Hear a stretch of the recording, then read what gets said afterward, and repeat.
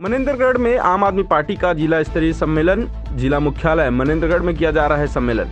प्रदेश प्रभारी संजीव झा, विधायक दिल्ली व प्रदेश अध्यक्ष कोमल हुपेंडी का किया गया भव्य स्वागत। आपको बता दें कि बाइक रैली निकालकर भव्य स्वागत किया गया। वहीं बड़ी संख्या में आम आदमी पार्टी के कार्यकर्ता मौजूद रहे। मनेंद्रगढ़ में आम आदमी पार्टी का जिला स्तरीय सम्मेलन, जहां प्रदेश प्रभारी संजीव झा, विधायक दिल्ली व प्रदेश अध्यक्ष कोमल हुपेंडी का भव्य स्वागत किया गया। मनेंद्रगढ़ से अशफाक अहमद की रिपोर्ट। मनेंद्रगढ़ में आम आदमी पार्टी का जिला स्तरीय सम्मेलन। जिला मुख्यालय मनेंद्रगढ़ में किया जा रहा है सम्मेलन।